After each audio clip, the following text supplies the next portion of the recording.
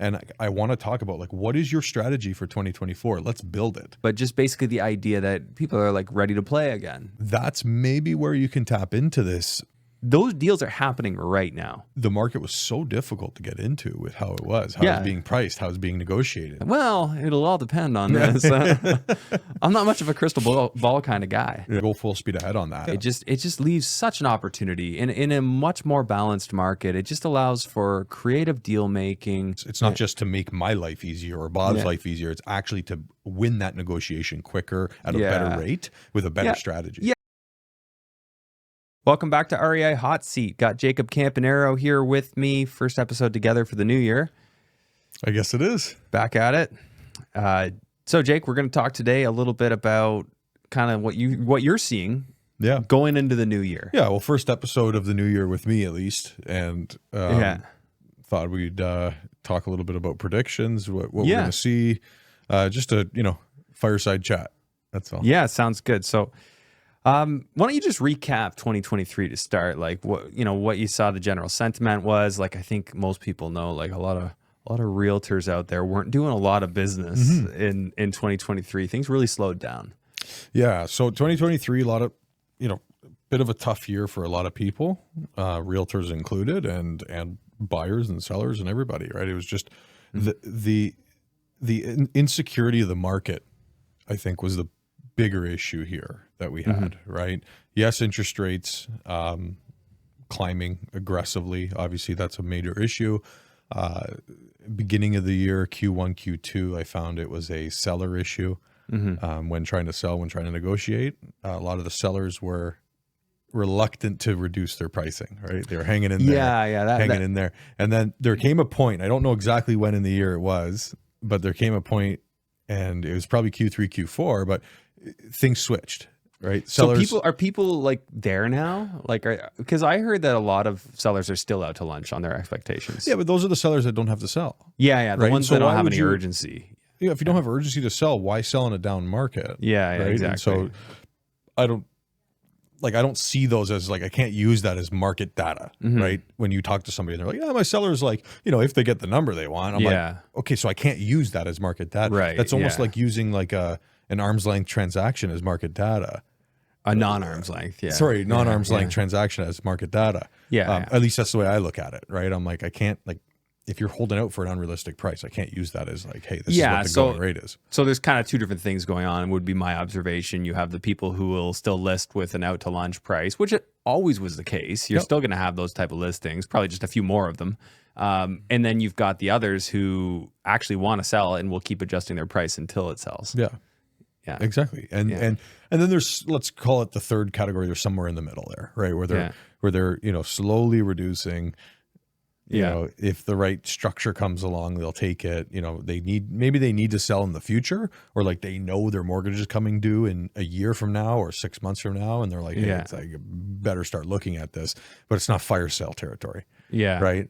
But then as we get into Q3, Q4 of last year, 2023, it kind of switched, right? But sellers were now like, okay, drop the price. I need to sell. There became a lot more urgencies, a lot more. So they're willing to accept the, sort of 20% market drop. Yeah.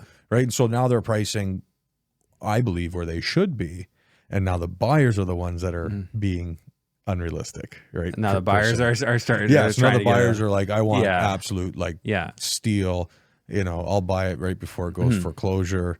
Like, blood in the streets kind of thing. And it's like, there's middle ground here to get deals done, right? It doesn't have to be one or the other. So the sentiment has been that, the bond market, for instance, is pricing in decreases in rate. So people are expecting it, maybe a little bit too much. So taking, and I talked about this in my last episode, but like they're kind of really relying on it a little too much. Yeah, and I was just having a conversation with somebody today about that exact topic, which was like, we're sitting there and we're like, the market looks like it's going to trend this way, right? I said, but we're not going to run our analysis on what's happening in 6 months from now, in a year from now.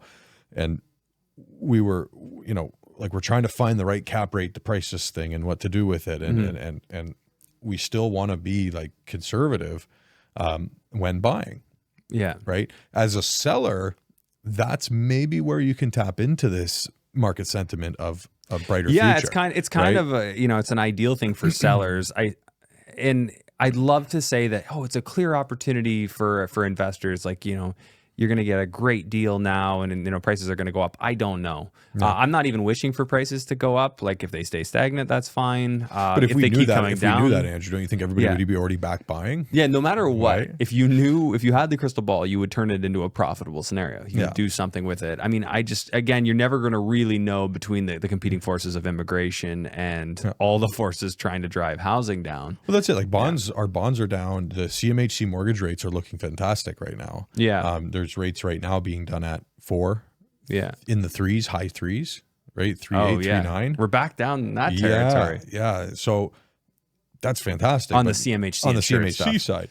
Yeah. The traditional res financing and traditional commercial financing still 7% plus. Like, but the bond rate driven by this, or the CMHC rate driven by the bond, is looking really good. Now, but what's to stop that from, okay, so we go buy a property banking on CMHC financing, we overpay, and then all of a sudden the bond shifts. Something could change in the next 60 days, right? Because it's a floating rate until you close. And it's been, you can lock it in.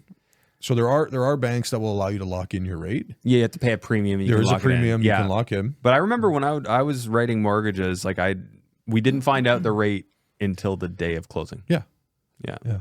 So, and that's it, right? So you kind of, you're gambling it now on that floating rate. So again, I want to run my numbers a little bit conservative. I'm not going to sit here and run my numbers at a 5.5% cap rate, or 5.5% mortgage rate on CMHC, because I don't think it's going to go shoot back up to that overnight. Yeah. However, I do want to run it in the mid 4s, right? Yeah. Does it work at a mid 4 interest rate? And then if it keeps coming down, great, we win. But I'm not. Yeah, you're going to want to have a that. buffer in that. And then, I mean, the volatility, it all comes down to your comfort level. Like, everyone's going to have their own thing. I mean, doing business in Ontario right now, you got to be so strategic, right? Yeah. You really do have to have a plan. Like, for some people, they just know, hey, we're good long term. Like, we have no immediate plans of selling. We're looking to put in a bunch of down payment. Just put that money to work and set it and forget it. Some people have that mentality. That'll still work. Yeah. Especially with the long term outlook. But if you're like flipper, or or you have a short term turnaround, you really got to be careful. Yeah. Because you don't know what's going to happen the next little bit. Like, it depends. Like, if immigration isn't a strong enough factor, then prices can still come down, because affordability is at so unaffordability. I shared this in the last episode, all-time low. Yeah. So roughly 60% of people's income is going towards their housing costs right now in Canada. Yeah. Isn't that like wildly terrifying in a way? Like, I'm not scared by it, but I just look at it, I'm like, that's insane. Something's got to give. And that's where the next step historically has been a prolonged recession, which means rates come down to offset and soften the blow. Yep. And obviously modern economic theory, like, they're going to do everything they can to soften it as much as they can. And prolonged, like the 1980s one was like 2.25 years or 2.5 years. Yep. So not that much in the grand scheme of things, but it'll be a potentially painful couple years. So saying all this, will put some money on it. What do you see for 24?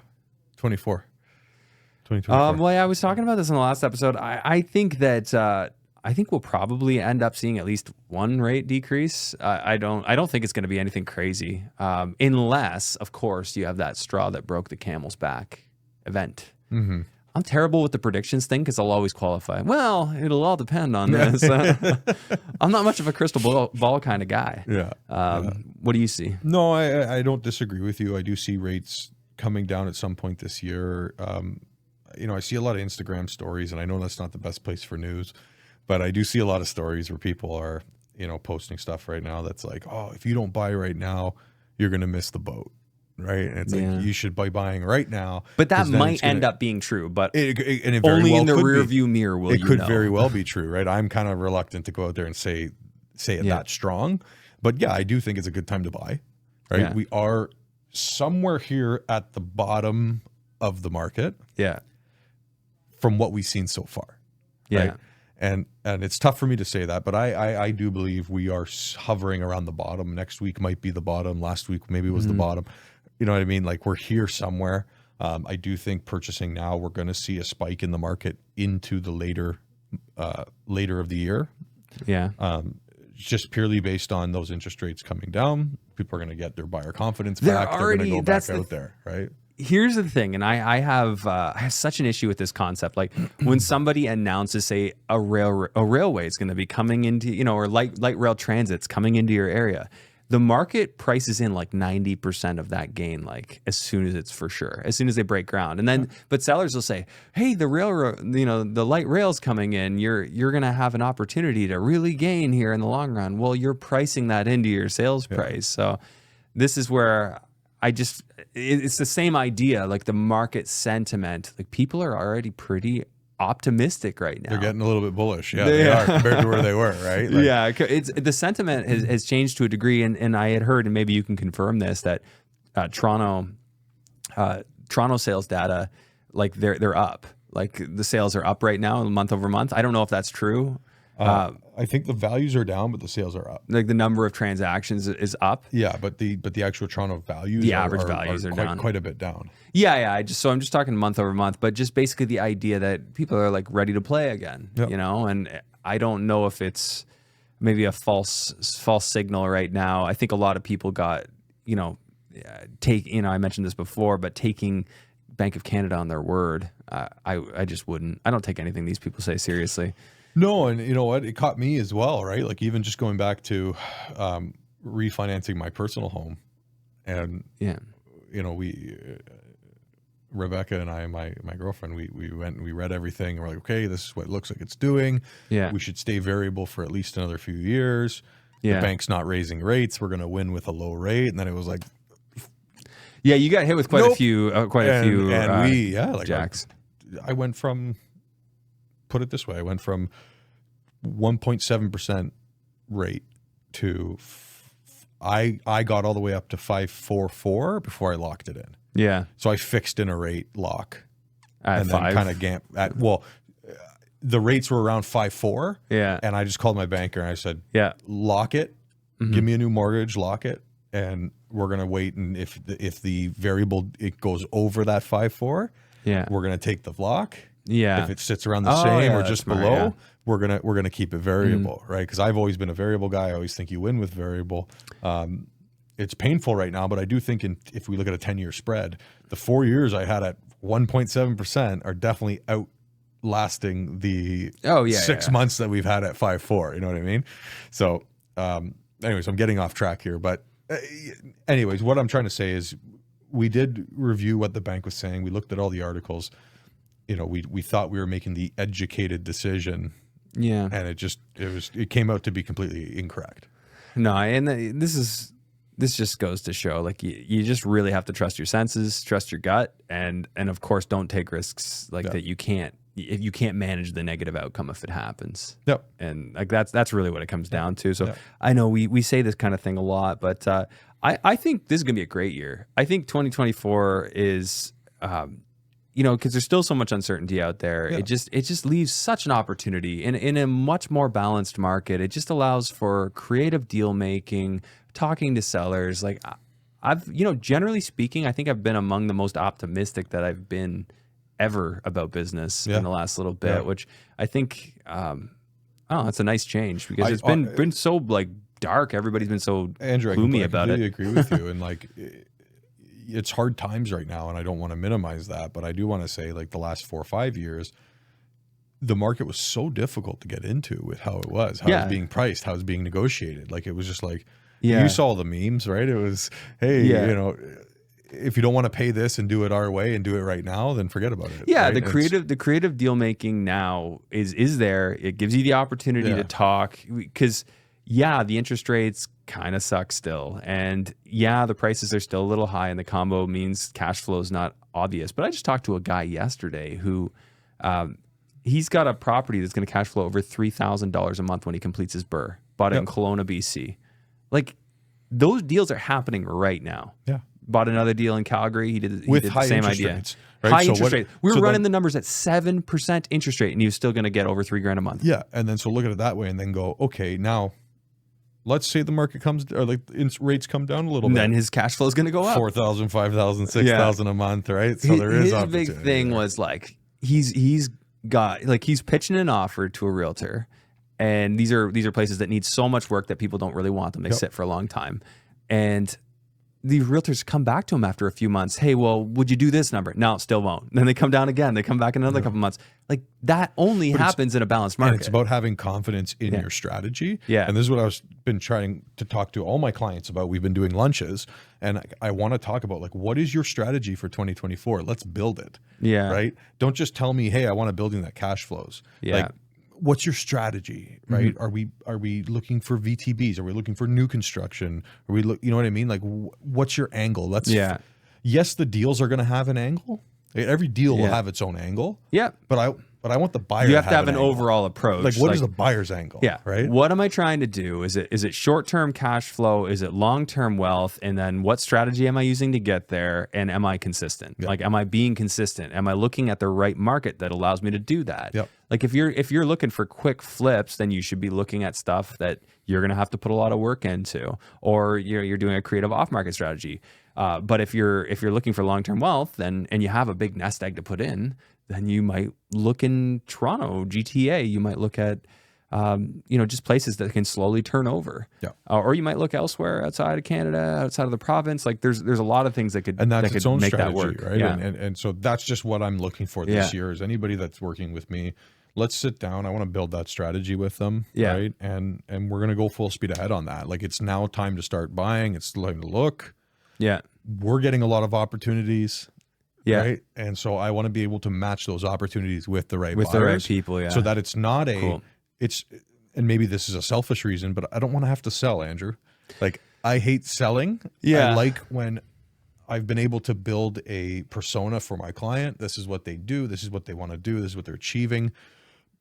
What kind of buildings match that persona or that strategy? Yeah. And then when that building comes along, or when we find that building, now it's not, hey, I got to do an email blast, I got to call 100 people. It's, no, this is for Bob. Like, this building is yours. Like, it hits all your targets. It works.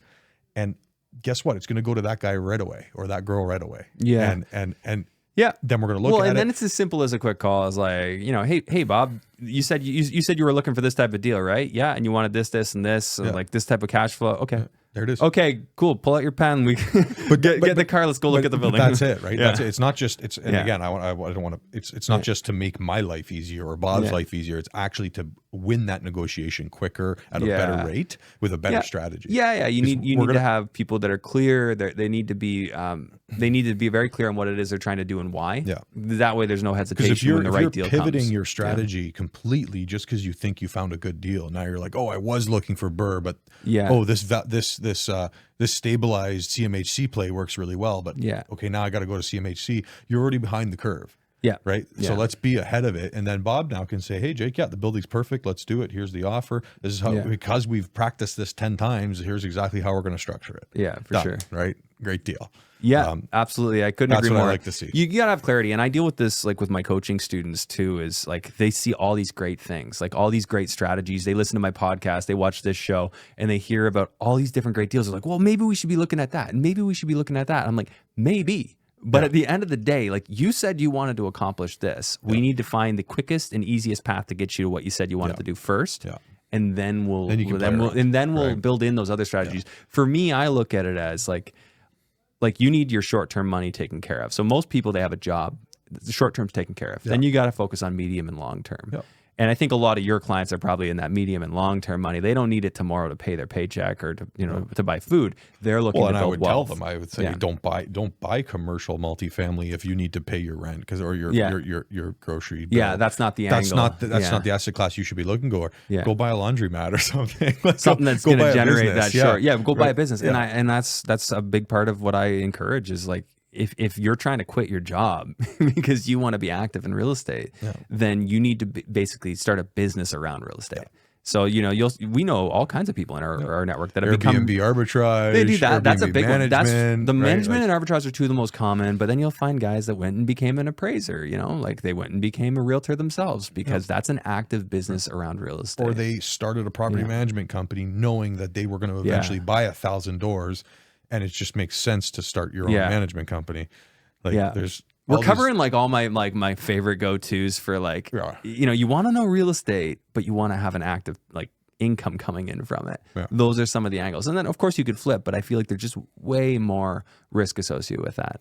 Like you got to be real savvy to be successful with that. And yeah, if somebody came to me, Andrew, and was like, "Hey, Jake, I'm quitting my job tomorrow. I want to flip to make money." It's a bad thing That's to do. a bad idea. Unless you have a specific reason that you're going to be excellent at that and better than all the rest, I would say it's But here's the thing. Don't do it. You do 1, 2, 3, 4, 5. Now you're going to get learn better at your it. process. You learn how you buy. You learn how you sell. You learn what renos work. You Yep. build your reno crew, right? Very different. Yeah.